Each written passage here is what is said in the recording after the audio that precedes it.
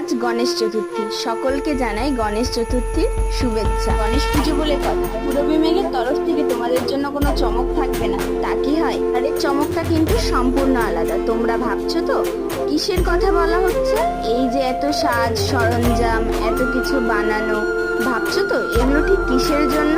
আজ গণেশ চতুর্থী উপলক্ষে জি বাংলা সারেগামাপার মঞ্চে ঠিক রাত 9:30টায় আসতে চলেছে পূরবী মেঘ ডান্স স্কুল।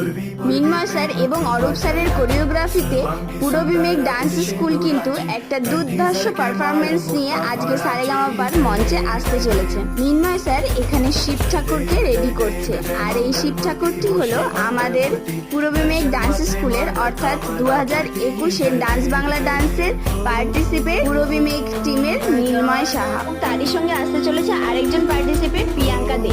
আজকের চমকটা ঠিক কি সেটা দেখতে হলে চোখ রাখতে